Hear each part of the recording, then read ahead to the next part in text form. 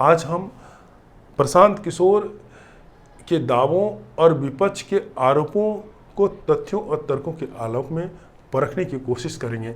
तो कुछ हम मुख्य बिंदु बनाए हैं कि ये विपक्ष का आरोप क्या है और प्रशांत किशोर की उसमें तैयारी क्या है, उसमें उसकी सफाई क्या है जो विपक्ष वाले आरोप लगा रहे हैं, और किस प्रकार से वो बिहार को आगे लीड कर पाते हैं, किस उनके पास क्या योजनाएं हैं, या सिर्फ बस एक थोथी बातें हैं, थोथी दावे हैं, या फिर उनके पास कोई योजनाएं हैं भी ऐसा करने के लिए। उन सारी चीज़ों को देखेंगे। सबसे पहले हम ये देखते हैं कि विरोधियों का आरोप क्या है। विरोधी जब यहाँ पे कहते हैं तो एनडीए और आरजेडी वो इनके दो प्रमुख विरोधी हैं, दो प्रमुख ग्रुप हैं जो उनका कहना है कि वो 243 सीटों पे लड़ेंगे, 242 नहीं 243 सीटों पे, बिहार के हर सीट पे वो उनका उम्मीदवार होगा। किन्हीं के साथ कोई गठबंधन नहीं करेंगे, ना प्री पोल ना पोस्ट पोल। चुनाव नतीजे आने के बाद भी वो किसी के साथ गठबंधन नहीं करेंगे। और इसी में उनका दावा है कि चाहे हम अर्श पे होंगे या फर्श पे होंगे, 130-40 सीटें लाने पर, अगर आता है 130-40 सीट जैसा कि प्रशांत किशोर कहते हैं, तो वो कहते हैं कि मैं उसे अपनी हार मानूंगा। यानी प्रशांत किशोर उसे अपनी हार मानेंगे। 121 पे बहुमत मिलता है 243 में, और अगर 130-40 लाते हैं तो वो अपनी हार मानेंगे। वो कितने कॉन्फिडेंट हैं इस बात को लेकर कि 2025 में जनसुराज की सरकार बनेगी, या आप इसको समझ सकते हैं। तो उनके इन सारी चीज़ों को हम देखते हैं। तो जो विरोधियों का पहला आरोप है कि खासकर तेजस्वी यादव बराबर कहते हैं कि प्रशांत किशोर, अब तेजस्वी यादव का बोलना भी लाजमी है, क्योंकि अगर आप देखें तो प्रशांत किशोर अपने हर इंटरव्यू में तेजस्वी यादव को घुसेड़ लेते हैं कि तेजस्वी यादव का पहचान क्या है, उसका परिचय क्या है। वो लालू यादव के बेटे हैं, नौवीं फेल हैं, उनका अपना कोई व्यक्तित्व नहीं, अपनी कोई पहचान नहीं, उनकी कोई अपनी कार्य क्षमता के बदौलत ऐसा कुछ ने बिहार के लोगों को नहीं दिखाया है जिससे कि उसकी अपनी पहचान बने। तो वह तेजस्वी पे हमलावर होते हैं, एनडीए पे भी हमलावर होते हैं। नीतीश को तो खुल्लम खुल्ला बहुत सारी चीज़ें वो बोलते हैं, और भाजपा को भी पे वो बिहार की राजनीति की बात जब आती है तो उस पर हमला करते हैं। तो तेजस्वी का भी बोलना इसमें लाजमी है।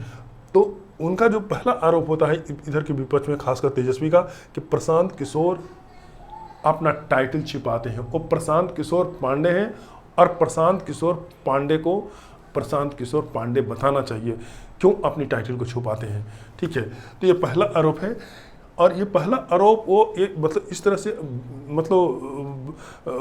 वोटर को पोलराइज करना चाहते हैं कि प्रशांत किशोर पांडे है और भाजपा का बी टीम है। ये आरोप, दूसरा आरोप उनका कि भाजपा का ये बी टीम है, और जो कुछ भी करते हैं भाजपा को लाभ पहुंचाने के लिए करते हैं, और जो भाजपा के अगेंस्ट में जो भी पार्टियां लड़ती है उसको नुकसान पहुंचाने के लिए करते हैं।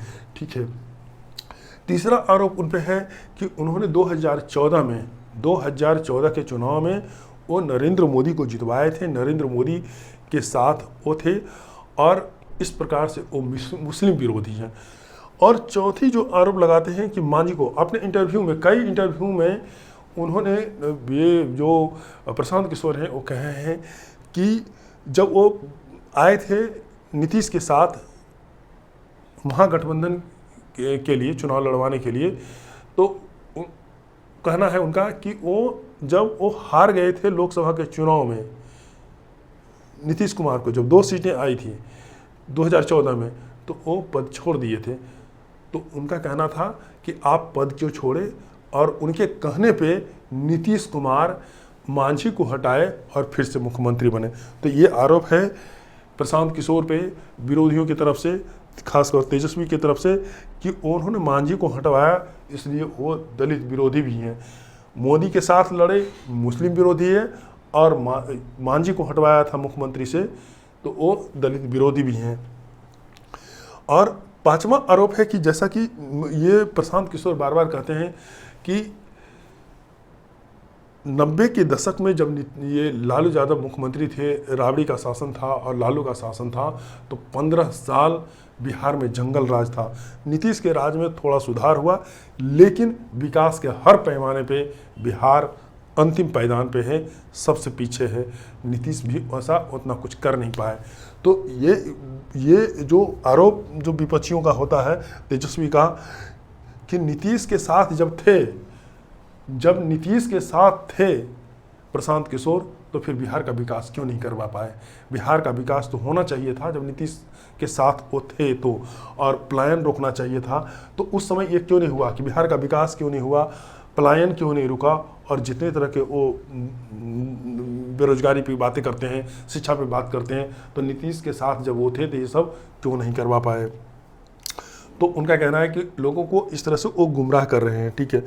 और जो छठा आरोप जो मुख्य रूप से लगाया जाता है, और ये तेजस्वी ही नहीं, बड़े बड़े मतलब जो पत्रकार हैं और जो राजनीति की समझ रखने वाले लोग हैं, वो भी इस बात को कहते हैं कि चुनाव लड़ना और लड़वाने में अंतर है, दोनों एक नहीं है।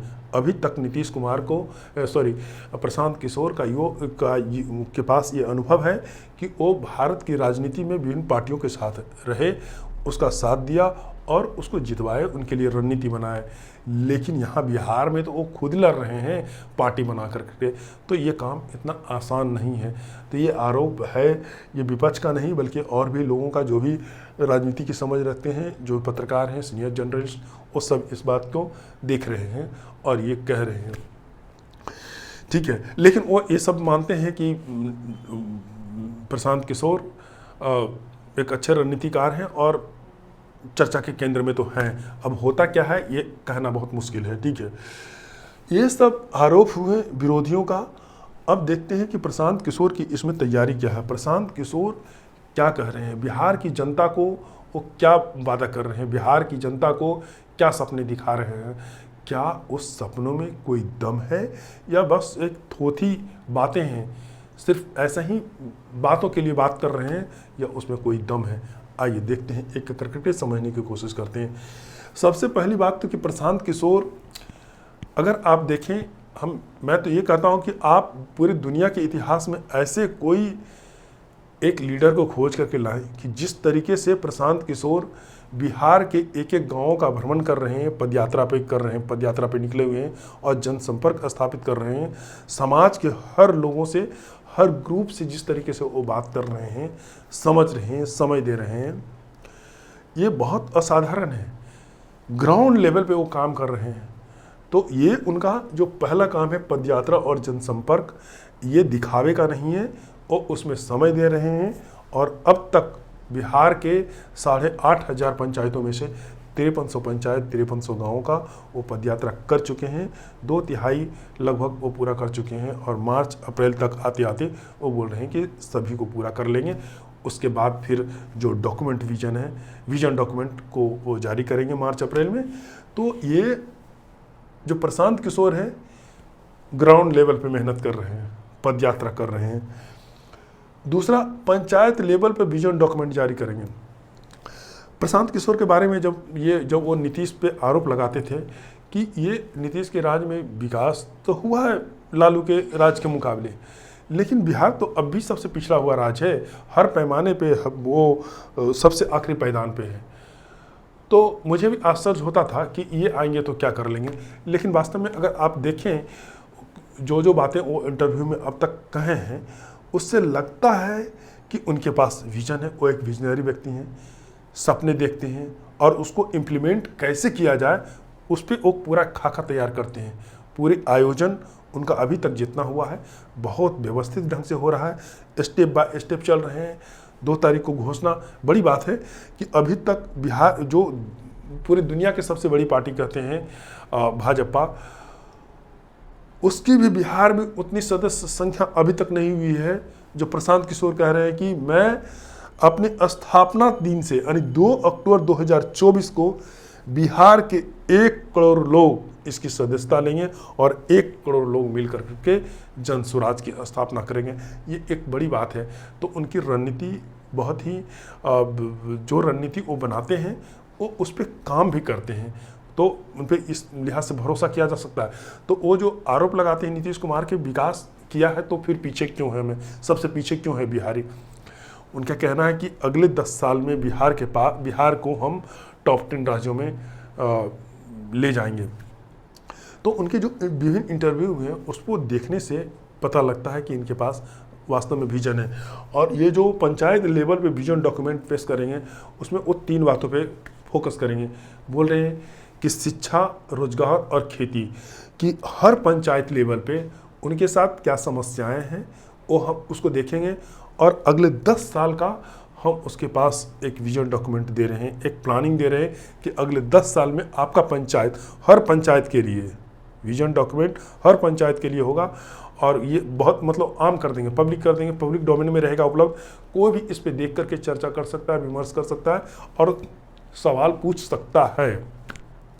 तो अगले 10 साल में आपका पंचायत कहाँ होगा उसकी पूरी प्लानिंग होगी, उसकी पूरा खाका होगा, पूरा ब्लूप्रिंट है वो ये बता रहे हैं। और जिसमें फोकस होगा 3 मेन चीज़ों पे, बहुत सारी चीज़ों पे फोकस होगा, लेकिन 3 मेन चीज़ें, 3 एरिया जिसको वो बहुत प्राथमिकता दे रहे हैं।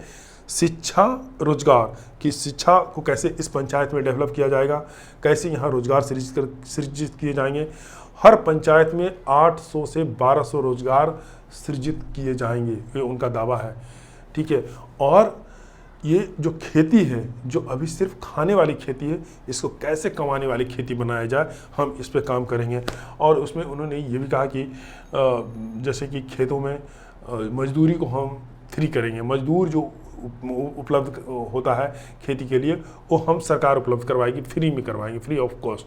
तो इस तरह से देखने पे लग रहा है कि कुछ उसमें अगर हर पंचायत में 800 से 1200 रोजगार सृजित हो जाएंगे तो निश्चित रूप से पलायन रुक जाएगा।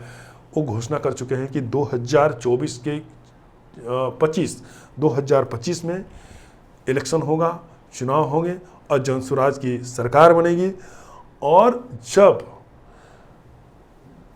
बिहार के मजदूर जो बाहर 10-12 हज़ार रुपये के लिए काम करने जाते हैं, वो छठ पूजा में जब आएंगे तो उनको बिहार से बाहर मजबूरी में 10-12 हज़ार की नौकरी के लिए नहीं जाना पड़ेगा, ऐसा उनका दावा है। तो इन 3 चीज़ों को अगर वो इम्प्लीमेंट ठीक ढंग से करते हैं तो क्योंकि वो कहते हैं कि नौकरी ही सिर्फ नौकरी पे आश्रित होकर के बिहार की बेरोजगारी को दूर नहीं किया जा सकता।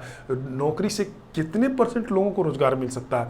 अभी तक देश की आज़ादी से लेकर के अभी तक सिर्फ 23 लाख लोगों को बिहार में सरकारी नौकरी मिला है। अब 23 लाख लोग को नौकरी मिला है और कह रहे हैं तेजस्वी के 10 लाख दे देंगे। वो कहते हैं कि ये तो पहले तो मुमकिन नहीं, और अगर मुमकिन भी है, मान लें कि 10 लाख लोगों को आप नौकरी दे भी देते हैं तो उससे बेरोजगारी तो हल नहीं हो जाएगा। बात सही है कि बेरोजगारी तो हल नहीं हो जाएगा, लेकिन जब रोजगार के अलग अलग अवसर सृजित होंगे और जिस तरह से वो कह रहे हैं तो निश्चित रूप से पलायन हम विश्वास करते हैं कि रुक सकता है। ठीक है। और तीसरा कि 10 वर्षों का बिहार विजन डॉक्यूमेंट जारी करेंगे। ये पंचायत लेवल का अलग होगा और फिर बिहार का क्या 10 साल का उनके पास विजन है वो डॉक्यूमेंट भी जनसुराज पार्टी जारी करेगी, पब्लिक डोमेन में देगी। आप उस पर विमर्श कीजिए और बताइए कि 10 साल में बिहार कहाँ होगा, वो सारा ब्लूप्रिंट उसमें होगा। तो पंचायत लेवल पे अलग विजन डॉक्यूमेंट जारी होगा और बिहार के लिए अलग होगा, जो आप सब लोग देख सकते हैं। ठीक है। 10 वर्षों में बिहार को टॉप 10 राज्यों में पहुंचाएंगे। ये प्रशांत किशोर कई बार कह चुके हैं कि बिहार की दरिद्रता, बिहार की बेरोजगारी, बिहार की भुखमरी, बिहार की बेरोजगारी बहुत बदहाल स्थिति में है और पर कैपिटा इनकम भी बिहार का सबसे कम है पूरे देश में। तो इन सभी को हम सुधारेंगे, उस पर काम करेंगे और इन्वेस्टमेंट लाएंगे। ये सब पत्रकार जब उनसे सवाल पूछा कि आप बताइए कि कहाँ से, क्या मतलब आएंगे, बाहर से लोग आएंगे इन्वेस्ट करने के लिए बिहार में, तो बोले कि नहीं, बिहार में बाहर से लोग क्यों आएंगे, पहले तो खुद हमें अपना पैसा लगाना होगा। और उन्होंने एक आंकड़ा बताया कि जो बैंक से ऋण लेते हैं, मतलब हम डिपॉजिट करते हैं और बैंक जो ऋण देता है, इन दोनों का रेशियो पूरे हिंदुस्तान में 70% की, यानी कि 100 रुपये अगर हम जमा करते हैं तो बैंक 70 रुपये लोन के रूप में देती है। लेकिन बिहार में ये रेशियो 40% है, यानी 100 रुपये जमा करते हैं बिहार के लोग बैंकों में तो बिहार को सिर्फ 40% मिलता है। आंध्र प्रदेश जैसे जो राज्य है वहाँ पे अगर वहाँ के लोग 100 रुपये जमा करते हैं तो 105 रुपये उनको लोन दिया जाता। तो बिहार का पैसा जो है दूसरे राज्यों में जाता है, इसको रोकना होगा। अगर ये रुकता है तो बिहार में अलग कई तरह के काम हो सकते हैं, काम होंगे, कंस्ट्रक्शन का काम होगा, तो उसमें रोजगार सृजित होंगे और जो बिहार के मजदूर 10-12 हज़ार के लिए जाते हैं उनको यहीं पे नौकरी मिलेगा। तो ये प्लान भी है, उनके पास ये विजन है, वो डेटा है, सही कह रहे हैं गलत कह रहे हैं ये देखना है। आप भी क्या सोचते हैं इस पर, आप भी कमेंट में लिख करके बताइए।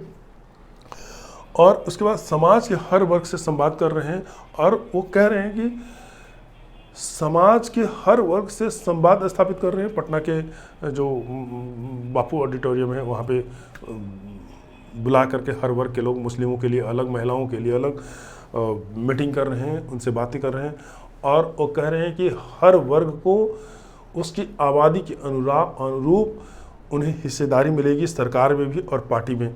मुस्लिमों को 18% उनको सीट मिलेगा और 18% मुस्लिम चुनाव लड़ेंगे और महिलाओं को भी अलग से 40 महिलाओं को वो विधानसभा में चुनाव लड़वाएंगे।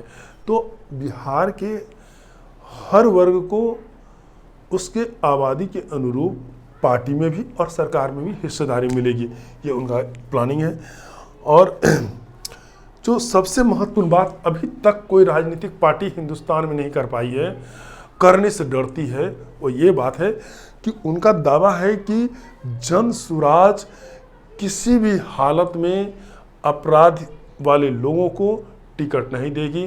बिहार में जन सुराज में सिर्फ उसी को टिकट मिलेगा जो साफ सुथरे छवि वाले हैं। ये बहुत बड़ी घोषणा है, ये अभी तक बिहार के कोई पार्टी नहीं। भाजपा उतने दावा करते हैं, आप देख लीजिए कि भाजपा के कुल संसद में से कितने सांसद दागी हैं, उसी तरह से दूसरी पार्टी का भी देख सकते हैं, ठीक है, और विधानसभा में भी आप देख सकते हैं। तो ये बातें अगर वो कर पाते हैं तो ये बहुत ही महत्वपूर्ण बात होगी, ठीक है, कि वो साफ सुथरे छवि वाले लोगों को ही टिकट देंगे।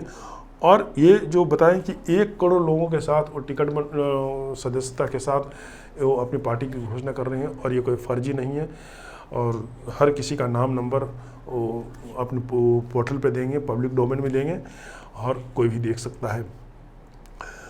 तो इस तरह से ये प्रशांत किशोर की योजनाएं हैं। प्रशांत किशोर अब कर क्या पाते हैं ये बार बार कह रहे हैं, ये देखने वाली बात है। आप क्या सोचते हैं आप भी बताइए। लेकिन जो बुद्धिजीवी लोग हैं, जो पत्रकार लोग हैं, जो काफ़ी मतलब राजनीति की समझ रखने वाले लोग हैं, वो इस बात पे बहुत गंभीरता से इस बात को ले रहे हैं कि वो कह रहे हैं साफ सुथरी छवि वाले को ही सिर्फ टिकट देंगे। दोस्तों उम्मीद करते हैं कि बिहार की राजनीति में क्या बदलाहट है, क्या सुगबुगाहट है, अब बिहार की राजनीति का ध्रुव कहाँ शिफ्ट हो रहा है, ये केंद्र में रख करके हमने ये वीडियो बनाया था। और उसके विरोधियों का क्या आरोप है प्रशांत किशोर पे और प्रशांत किशोर की क्या रणनीति है, उनकी क्या घोषणाएं हैं, ये मैंने एक तथ्यों और तर्कों के आधार पर पेश करने की कोशिश की। और उम्मीद ये हम करते हैं कि आप अपनी राय बनाएंगे और आप अपनी राय भी से हमें अवगत कराएंगे, कमेंट में लिखेंगे कि आप इस पर क्या सोचते हैं। प्रशांत किशोर का हश्र जो भी हो ये तो पता नहीं, लेकिन बिहार के राजनीति में एक बदलाव की सुगबुगाहट है और बिहार की जनता बदलाव चाहते हैं। और जन सुराज अभी तक जो कुछ उन्होंने बातें की है वो एक स्वीकार दायरे में और तर्क के दायरे पे खड़ी उतर रही है। कुछ बातें उन्होंने गलत भी कहे हैं, उसकी भी हम अगले वीडियो में जब आएंगे तो चर्चा करेंगे। आप इस विषय पे क्या सोचते हैं कमेंट बॉक्स में लिख करके ज़रूर बताएं। लेकिन अगर हमसे पूछे तो हम ये कहेंगे कि अगली सरकार जनसुराज की ही होनी चाहिए, चाहे उसमें जितने भी लोग उस पर आरोप लगाए, जो भी लगाए। हमने 15 साल लालू का भी शासन देखा और उसके पहले कांग्रेस का भी शासन देखा और भाजपा और एनडीए की सरकार नीतीश के साथ पिछले 20 साल से लगभग देख रहे हैं। मौका तो एक मिलना ही चाहिए, दिखना है कि वो क्या कर पाते हैं। लेकिन उसके प्रशांत किशोर के आंखों में जो सपने हैं, जो प्रयास है, वो सराहनीय है, सैल्यूट करने वाले हैं। Thank you. आप अपनी राय से हमें अवगत करवाएं।